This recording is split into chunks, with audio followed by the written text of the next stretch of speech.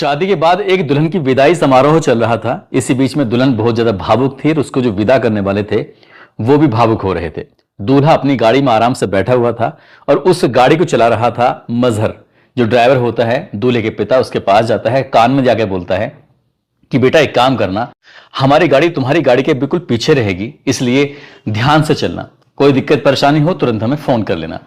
इस बीच में दुल्हन की विदाई हो जाती है। आगे वाली गाड़ी में जिसमें दुल्हन बैठी हुई है उसमें मजहर नाम का ड्राइवर चला रहा था और जो उनकी सपोर्ट में पीछे गाड़ी चल रही है जिसमें दूल्हे के पिता बैठे हुए हैं उसमें सलीम गाड़ी को चला रहा था। अभी गांव से गाड़ी निकली ही थी दोनों कि अचानक से एक बाइक आती है और बाइक पे दो युवक बैठे हुए थे। वो बहुत तेजी के साथ जा रहे थे और तेजी के साथ जाते एकदम से अचानक से रुक जाते हैं। जैसे रुकते हैं उन्हें दुल्हन वाली गाड़ी की तरफ इशारा किया और ड्राइवर से कहा कि गाड़ी रोको। ड्राइवर ने उसको देखकर अनसुना कर दिया, अनदेखा कर दिया, जैसे कि ना देखा है ना ही कोई बात सुनी है। गाड़ी आराम से जो अपनी रफ्तार थी उस पर चल रही थी। इसी बीच बाइक सवार ने फिर से गाड़ी का पीछा किया और पीछा करने के बाद फिर से गाड़ी को रोकने की कोशिश की तो उसने दूसरी बार भी उसको अनदेखा और अनसुना कर देता है।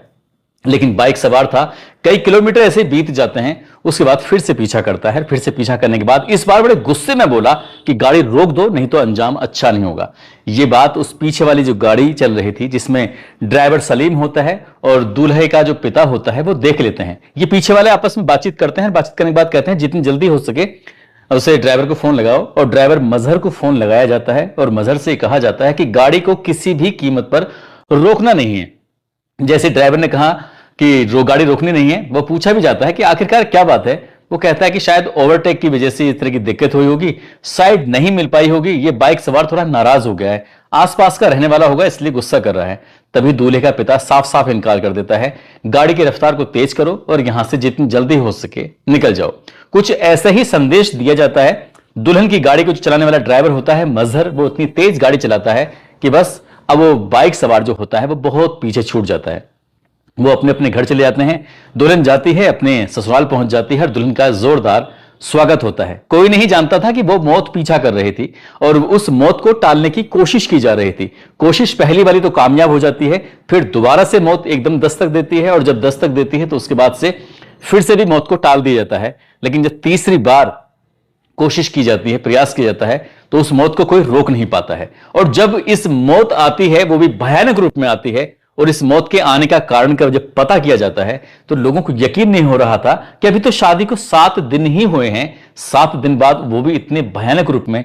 ये काल जो आएगा उसकी कहानी, आज इस काल के बारे में आखिरकार हुआ क्या था, क्यों कत्ल किया गया था, उसके पीछे की कहानी आज की इस कहानी के माध्यम से जानने की कोशिश करते हैं। आदाब, नमस्कार, सत श्री अकाल। मैं उस्मान सैफी। आज की जो सच्ची घटना मैं आपको सुनाने जा रहा हूं, ये सच्ची घटना है उत्तर प्रदेश के जिला बस्ती की। जिला बस्ती में एक थाना लगता है परशुरामपुर और परशुरामपुर में एक गांव लगता है बेदीपुर। बेदीपुर की यह बात है 20 नवंबर 2025 की शाम लगभग 7 बजे के आसपास का वक्त हो रहा था। बाइक पर दो युवक होते हैं, वो समझ नहीं पा रहे थे, रास्ता भटक जाते हैं, भूल जाते हैं। बाजार की तरफ से एक युवक आ रहा था, उसे रोकते हैं, रोकने के बाद पूछते हैं कि भैया हम रास्ता भटक चुके हैं, हमें फला जगह जाना है। जो भी अपनी डेस्टिनेशन थी उन्हें गंतव्य पे जहां भी जाना था, जहां पहुंचना था उसके बारे में पूछा जाता है। वो बाइक सवार जब उससे रास्ता पूछते हैं तो कहते हैं, जो लड़का आ रहा था बाजार की तरफ से, उसने कहा परेशान होने की जरूरत नहीं है, आपको जाना कहाँ है। तो जब पूरा बताया जाता है उसके बाद फिर वो कहता है कि आप इस रास्ते से ऐसे चले जाइएगा, आगे आगे ये आएंगे और अपने आपको मंजिल मिल जाएगी। जब इस तरह की बात थी बताई जाती है तो दोनों बाइक सवार ये कहते हैं कि भैया थोड़ी सा और आगे चल के बता दोगे तो और भी थोड़ा आसानी हो जाएगी। जैसे ही बाइक सवार ने बड़े प्यार से रिक्वेस्ट करते हुए उस लड़के से पूछा, उस लड़के ने कहा कोई दिक्कत नहीं है। वो लगभग 150 मीटर और उनके साथ चलता है और जैसे उनके साथ चलता है उसके बाद फिर वो एकदम से बिल्कुल करीब में थे और आमने सामने खड़े हुए थे। जब आमने सामने खड़े हुए हैं तभी बाइक सवार ने थैंक यू बोला। जो बाइक पर पीछे बैठा हुआ है हाथ जोड़ते बोला, भाई साहब आपका बहुत बहुत शुक्रिया, आपका बहुत बहुत धन्यवाद, आपने हमें रास्ता दिखाया। बस इतना था। उस लड़के ने कहा नहीं नहीं कोई बात नहीं, ये तो मेरा फर्ज था। बस इतना ही कह पाया था कि एकदम से जो तमंचा था, कट्टा था, उसके एकदम माथे पर रखा हुआ था और इसी बीच में एक गोली की आवाज आती है। दहाड़ देसी जैसी गोली चलती है। उसके बाद फिर वो बाइक सवार अपनी बाइक स्टार्ट करते हैं और वहां से आराम से चले जाते हैं। जो लड़का था जिसने भी रास्ता बताया था, जो भी बाजार की तरफ से अपने घर की तरफ जा रहा था, वो जमीन पर पड़ा हुआ है। अचानक ही वहां से किराने वाला गुजर रहा था, उसकी नजर पड़ जाती है जमीन पर पड़े हुए उस व्यक्ति की तरफ जो जमीन पर पड़ा हुआ है, रास्ते में पड़ा हुआ है। शुरुआत में लग रहा था कि कोई शराबी है, शायद शराब पी के जमीन पर पड़ा होगा, लेकिन उस दुकानदार ने अपनी मोबाइल की टॉर्च जलाई और टॉर्च जलाने के बाद, क्योंकि अंधेरा हो चुका था, 10 मिनट से लगातार वो ऐसे पड़ा हुआ था, टॉर्च जलाकर जब देखता है, उसके चेहरे को देखने की कोशिश कर रहा था तो उसके यहां पर चेहरे पर खून के निशान थे। बस इतना था कि उस दुकानदार की चीखें निकल जाती हैं और जोर जोर से वो चिल्लाता है, और जैसे चिल्लाता है तो कहा जाता है कि गोली मार दी, अनीस को गोली मार दी। इस तरह की कई बार आवाज लगाई जाती है। जैसे जैसे उसकी आवाज बहुत तेज हो रही थी, वैसे वैसे आसपास के लोग दौड़कर वहां मौके पर पहुंच रहे थे, और देखते ही देखते कुछ ही मिनटों में घटनास्थल पर सैकड़ों लोगों का जमघट लग जाता है। बच्चे हों, बूढ़े हों, महिलाएं हों, या जहां जहां तक ये बात पहुंच रही थी वहां वहां तक लोग इकट्ठे हो रहे थे। इकट्ठे होने के बाद आकर देख रहे थे क्या हुआ, कैसे हुआ, किसने किया, तमाम तरह के सवाल थे। हर सवाल के जवाब लोग जानना चाह रहे थे। इसी बीच में किसी ने 112 नंबर पर पुलिस को फोन कर दिया।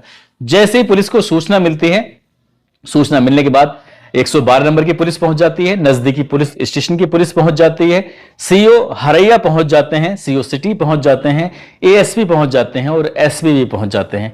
यहां पर आने के बाद डॉग स्क्वाड हो, फॉरेंसिक टीम हो, तमाम टीमें आ जाती हैं और जांच पड़ताल में जुड़ जाती हैं। जो यहां पर व्यक्ति पड़ा हुआ है उसको तत्काल प्रभाव से ये सबसे पहले हॉस्पिटल लेके जाते हैं, क्योंकि उसकी सांसें चल रही थी, और जो हॉस्पिटल था वो दर्शन नगर मेडिकल कॉलेज अयोध्या था। वहां लेके आते हैं, एडमिट कराते हैं, लेकिन डॉक्टर उसको मृत घोषित कर देते हैं। पहले पुलिस की टीम गांव पहुंचती है, उसके बाद टीम फिर अयोध्या पहुंच जाती है उस हॉस्पिटल के अंदर दूल्हे से बातचीत करने के लिए, लेकिन दूल्हा तो मर चुका था, वो बचा ही नहीं। पूछा जाता है कि क्या नाम है, कहां से है, क्या है, पूरी जानकारी जब पुलिस जुटा रही थी उसके बारे में, तो नाम अनीस होता है, उसके बाप का नाम होता है शमशुद्दीन। उस लड़के की उम्र होती है 25 साल के आसपास, जो कि मुंबई में रहकर वो प्राइवेट नौकरी कर रहा था, और 10 नवंबर 2025 को ही अपने घर आया था मुंबई से, क्योंकि 13 नवंबर 2025 को उसकी शादी हुई थी। उसकी बारात गई थी जिला गोंडा के खोडारे, एक थाना लगता है, उसी का एक गांव लगता है वैनंबा पुरवा में उसकी बारात गई थी। दुल्हन का नाम होता है रुखसाना, जिसकी उम्र लगभग 22 साल के आसपास होती है। अनीस की शादी रुखसाना से हुई थी, और ये जब विदा होकर आती है तो सब कुछ ठीक ठाक चल रहा था, लाइफ एकदम से बढ़िया गुजर रही थी। दुल्हन भी बेइंतहा खुश थी और दूल्हा भी खुश था। जो भी रस्में शादी के बाद होती हैं वो सारी रस्में धूमधाम से की गई थी। लेकिन 20 तारीख को अचानक से शादी के ठीक 7 दिन के बाद दूल्हे का इस रूप में कत्ल होना, एक ही गोली बिल्कुल सटाकर माथे से मारना, यह पुलिस के लिए एक सवाल था, गांव वालों के लिए भी सवाल था। हर कोई इस सवाल का जवाब तलाश करने की कोशिश कर रहा था। सब अपने अपने तरीके से घर वालों से बातचीत करते हैं तो कहते हैं कि हमारी तो किसी से कोई दुश्मनी है ही नहीं, और ये लड़का वैसे भी बाहर रहता है, बाहर के लोग यहां क्यों आएंगे। पुलिस ने जो इस इलाके का डंप डाटा था, यानी कि वो मोबाइल नंबर थे, कोई बाहर से तो नहीं आए हैं, उसके बारे में पता करने की कोशिश कर रहे थे, लेकिन कुछ नहीं मिलता। सीसीटीवी कैमरे चलाए जो आसपास में लगे हुए थे इलाके में, उनको भी देखा जाता है, वहां से भी पुलिस को कोई खास सुराग नहीं लगता है। लेकिन पुलिस के दिमाग में कई कहानियां दौड़ने लगती हैं, जैसे क्या मेरठ की कहानी दौड़ने लगती है, जैसे क्या औरैया की कहानी दौड़ने लगती है। इसी तरह की कहानियां थी जो पुलिस के दिमाग में दौड़ने लगती हैं। तभी पुलिस ने दिमाग लगाया और कहा कि एक बार दुल्हन का भी देख ली जाए, कि दुल्हन अभी 7 दिन ही तो शादी को है। दुल्हन के बारे में पूछा जाता है तो दुल्हन वो 19 नवंबर 2025 को अपने मायके गई हुई थी। ठीक उसके जाने के एक दिन बाद ये घटना हो जाती है, लेकिन ये जो गई थी वो एक रस्म के हिसाब से गई थी, और जैसे दुल्हन को ये बात पता चलती है तो दुल्हन का भी रो रोकर बुरा हाल हो जाता है। जितने भी लोग उस दुल्हन को देख रहे थे कह रहे थे कितनी बदकिस्मत वाली ये दुल्हन है, अभी 7 दिन पहले शादी हुई थी और अभी ये देखो बेवा हो गई है, विधवा हो गई है। इस तरह की बात थी। पुलिस ने अपना काम करना शुरू कर दिया था। पुलिस ने सीसीटीवी भी देखे, साथ ही दुल्हन के जो नंबर था उसको सर्विलांस पे लगाया जाता है, उसकी सीडीआर निकलवा जाती है। जब कॉल डिटेल निकल के आती है तो उसमें हैरान करने वाली बात थी। एक नंबर था जिस पर वो शादी के पहले भी बातचीत कर रही थी और शादी होने के बाद भी बातचीत चल रही थी। वो नंबर उसकी ननिहाल का गांव लगता है महुआ डाबर, जो कि थाना गौर में लगता है। नाम उस लड़के का रिंकू कनौजिया होता है। रिंकू कनौजिया से रुखसाना की बातें बहुत सारी हो रही थी। पुलिस जाती है, रुखसाना का मोबाइल अपने कब्जे में लेती है, और अपने कब्जे में लेने के बाद जब उसके मोबाइल को देखा जाता है तो कॉल डिटेल के साथ साथ जो कॉल रिकॉर्डिंग होती है, ऑटो कॉल रिकॉर्डिंग, शायद उस पर मोबाइल लगा हुआ था। ऐसा बताया जाता है कि जब रिकॉर्डिंग सुनी तो दुल्हन का भी एक असली चेहरा सामने आ जाता है। अब यहां पर कुछ ना कुछ झोल था। पुलिस ने इस झोल को ही सुलझाने की कोशिश करना शुरू कर दिया। रुखसाना को भी हिरासत में लिया और साथ ही जो रिंकू कनौजिया था उसको भी हिरासत में लिया जाता है। और इसे ज्यादा वक्त नहीं लगता, कई घंटे ही लगते हैं, दिन नहीं लगते। पुलिस ने आखिरकार उस लड़के को जब रिंकू कनौजिया को गिरफ्तार किया, साथ ही दुल्हन को भी अपनी हिरासत में लिया और उनसे बातचीत करने की कोशिश की, तो दोनों ने बताया कि दोनों, यानी कि जो लड़का है रिंकू कनौजिया, वो इस रुखसाना की ननिहाल का रहने वाला है और ये 2 साल से दोनों एक दूसरे को बेइंतहा प्यार करते हैं। दोनों एक दूसरे से शादी करना चाहते हैं। ये दोनों 2 साल से प्रेम संबंधों में थे और लड़की ने शायद अपने परिवार वालों से शादी करने की बात कही थी कि मैं रिंकू से शादी करना चाहती हूं। इसलिए शायद, क्योंकि दोनों के धर्म अलग होते हैं, दोनों की जातियां बिल्कुल अलग थीं, तो घर वाले शायद तैयार नहीं होते। लड़की जिद कर रही थी और जिद के बाद ही इसकी ये शादी हो जाती है। 13 नवंबर 2025 को शादी हो ही जरूर थी, लेकिन कोई नहीं जानता था कि मौत जो थी दूल्हे का पीछा कर रही थी। दुल्हन विदा होकर जा रही थी तो वही होता है जो रिंकू कनौजिया होता है। पहली बार दुल्हन को मंडप से बाहर निकलते ही उसने रास्ते में रोकने की कोशिश की। अगर वो प्रोफेशनल किलर होता तो शायद चलती गाड़ी में गोली मार देता, लेकिन उसने गाड़ी को रोकने के बाद गोली मारने की कोशिश की, प्रयास किया, लेकिन ड्राइवर गाड़ी को रोकता नहीं है। जब 13 तारीख को वो फेल हो जाता है, 14 नवंबर को वलीमा होता है, यानी कि रिसेप्शन होता है। रिसेप्शन में कॉल किया जाता है दूल्हे के बड़े भाई शोएब के पास और फोन करके कहा जाता है कि जो तुम्हारा भाई है अनीस, उसका नंबर मुझे चाहिए, उससे बातचीत करनी है। वो पूछा जाता है तुम कौन हो, कहां से बात कर रहे हो?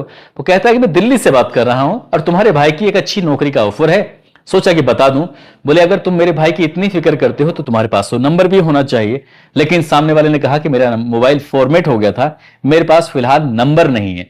तो जब नंबर नहीं है तो नंबर नहीं मिलेगा। इस तरह से शोएब ने मना कर दिया। तभी वो गुस्से में आ जाता है और गुस्से में आने के बाद कहता है कि 4 कत्ल कर चुका हूं, 5वां तेरे भाई का होगा। तब भी उस मामले को इतना सीरियस नहीं लिया था।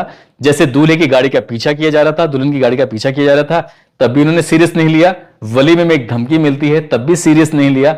और 7 दिन के बाद शादी के यहां पर कत्ल हो जाता है और पुलिस इस घटनाक्रम का खुलासा कर देती है। जब खुलासा कर देती है तो लोगों को यकीन नहीं हो रहा था कि दुल्हन ने अपने प्रेमी के साथ मिलकर अपने ही पति की शादी के ठीक 7 दिन के बाद ही उसकी हत्या करा दी। और यह हत्या पूरे इलाके में चर्चा का विषय बन जाती है। सोशल मीडिया का जमाना है, जहां जहां तक ये खबर आग की तरह फैलती है वहां वहां तक लोगों तक पहुंच जाती है।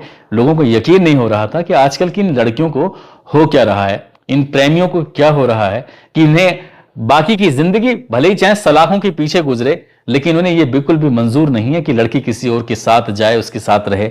हालांकि पुलिस प्रशासन ने इस मामले की जांच पड़ताल करने के बाद चार्जशीट लगाएगा। चार्जशीट अदालत जाएगी और अदालत जाने के बाद इस मामले में आगे क्या होगा क्या नहीं होगा वो तो खैर कोर्ट तय करेगा। लेकिन जब घर वालों के पास मीडिया वाले पहुंचते हैं और बातचीत करते हैं तो मां का भी रोकर बुरा हाल था, बाप का भी रोकर बुरा हाल था, परिवार का भी। और जो लड़की है जिसका मायका है, जहां की वो रहने वाली है, उनका भी सोच सोचकर बुरा हाल था। और साथ ही जिस ननिहाल में वो कभी कभार आती जाती थी वहां का भी बुरा हाल था। लोग सोच रहे थे कि आखिरकार ये हो क्या रहा है। दोस्तों, इस पूरे घटनाक्रम को सुनाने का उद्देश्य किसी को परेशान करना नहीं है, किसी का दिल दुखाना नहीं है, बल्कि आपको जागरूक करना है, आपको सचेत करना है। और जिस तरह का कदम रिंकू कनौजिया और उसकी प्रेमिका रुखसाना ने उठाया है, बाकी की जिंदगी शायद सलाखों के पीछे ही गुजरेगी, फिर भी शायद उन्हें एक होने का अवसर मिल नहीं पाएगा। जाते जाते रेशमा शर्मा है, आज इनका जन्मदिन है। रेशमा शर्मा जी को जन्मदिन की ढेरों सारी शुभकामनाएं, बहुत बहुत मुबारकबाद। कुछ लोगों ने नाम लेने की अपील की है, जिसमें इसरार अहमद, आशा वाशने, अफरीना परवीन, मोहम्मद अमन जो कि बिहार से हैं, रियाज शेख, रहमत अली, किरण गुप्ता, लव्यांश सिंह, जयंत कुमार बेंगलोर से, जुबैर खान डिंग से, मोहम्मद मस्तान, आलोक सोनकर जौनपुर से, धर्म वर्मा सिंधोरी से, मोहम्मद शाकिब हसन, हरीश चंद लखनऊ से, सरफराज छत्तीसगढ़ से, दिलीप कुमार, मोहित पाल बदायूं से। आप सब लोग अपना ख्याल रखें, सुरक्षित रहें। जय हिंद।